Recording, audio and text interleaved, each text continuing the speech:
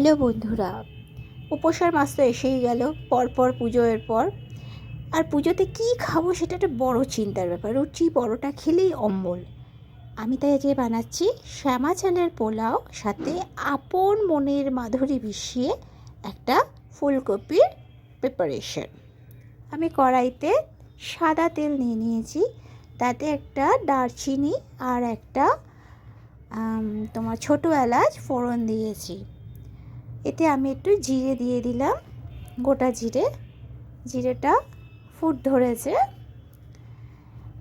আমি কেটে রেখেছি ছোট ছোট করে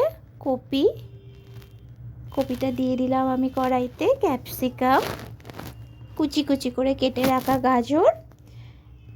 এবার আমি এটাকে ভালো করে নেড়ে নিচ্ছি।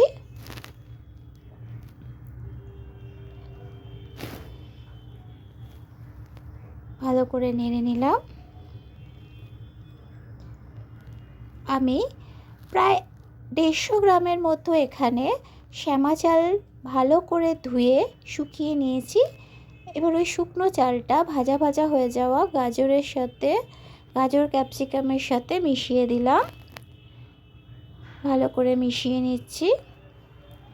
এবার এতে আমি প্রায় ছোটো কাপে 3 কাপ জল দিয়েছি, কারণ গাজর ক্যাপসিকাম আর তোমার কপিগুলো গলতে লাগবে।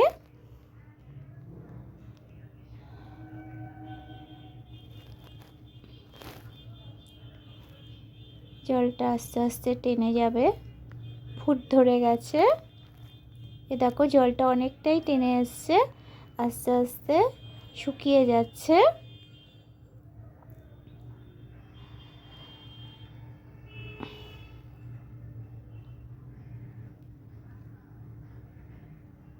অনেকটাই জল টেনে গেছে।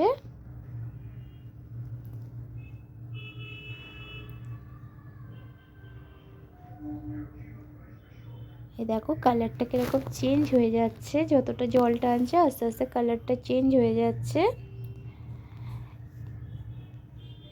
এবার এতে আমি একটু গরম মশলা গুঁড়ো দিয়ে দিয়েছি।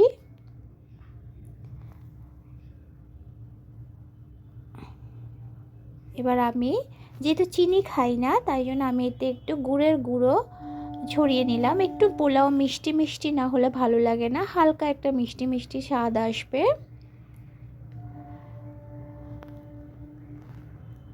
এবার আমি মিশিয়ে নিলাম কাজু কিশমিশ আর 1 চামচে ঘি। ভালো করে মিশিয়ে নেব পুরোটার মধ্যে। নাও আমার রেডি শ্যামা চালের পোলাও। অ্যারোমাটা কিন্তু সত্যি খুব ভালো বেরোচ্ছে, বেশ খিদে খিদে পাচ্ছে জানো তো। এবার চলে আসো, আমি বানিয়ে ফেলছি আপন মনের মাধুরী মিশিয়ে কপির একটা প্রিপারেশনে। কপিটা আমি ভাপিয়ে নিচ্ছি। কপিটা দেখো ভাপিয়ে নিয়েছি। এবার আমি কপির জলটা ফেলে দিয়েছি, কড়াইতে আমি তেল নিয়ে নিয়েছি। এই তেলেতে আমি কপিগুলো ভালো করে ভেজে নেব। কপিটা একটু গরম আছে, তেলটা বেশ গরম হয়ে গেছে। কপিগুলো আমি আস্তে আস্তে দিয়ে দিচ্ছি।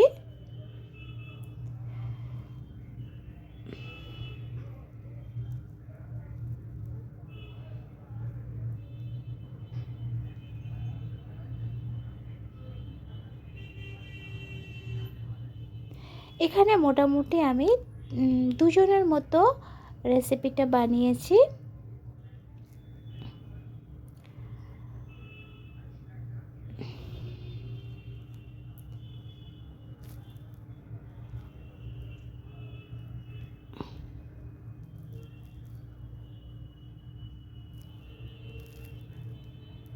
কপিগুলো আমি ভালো করে ভেজে নেব, তবে লাল করব না, কপিগুলো একটু সাদা সাদা মতোই থাকবে।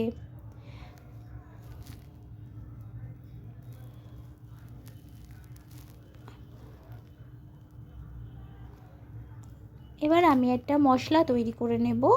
আমি এখানে নিয়েছি একটা গোটা টমেটো, 1 চামচে পোস্ত, একটা ক্যাপসিকামের 1/4 অংশ, একটা কাঁচা লঙ্কা, গোটা 6 কাজু বাদাম, আর গোটা আস্টে তোমার কিশমিশ, আর 2টো খেজুর। এটাকে আমি ভালো করে পেস্টটা করে নিচ্ছি।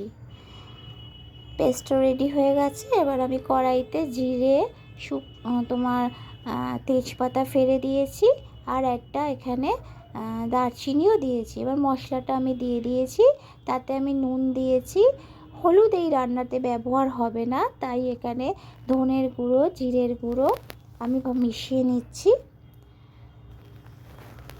আচ্ছা, মশলাগুলো কিন্তু পুরোপুরি বাটা হবে না, একটু আধ বাটা টাইপের থাকবে, যাতে খাবার সময় মুখে ওই সমস্ত ইনগ্রেডিয়েন্টগুলো একটু কচকচে লাগে। আমি এতে একটু কাশ্মীরি গুঁড়ো লঙ্কা দিলাম, যাতে রঙটা একটু ভালো আসে। মশলাটা আমাকে ভালো করে কষে নিতে হবে। মশলাটা দেখো শুকনো শুকনো হয়ে গেছে কষতে কষতে। এবার এতে আমি একটু বাটনারি জল দিয়ে দেবো। আলাদা করে কোনো জল লাগবে না, কারণ কপিটা তো এমনিতেই ভাপানো আছে, তার উপরে তাকে আমি হালকা করে ভেজেও নিয়েছি। এবার আমি বাটনায় কপিটা মিশিয়ে দিলাম, দিয়ে ওই বাটনার যে জলটা ছিল সেই জলেতেই কপিটা যেটুকু বাকি আছে সেটুকু সেদ্ধ হয়ে যাবে। দেখো কপিটা পুরোপুরি সেদ্ধ হয়ে এসছে।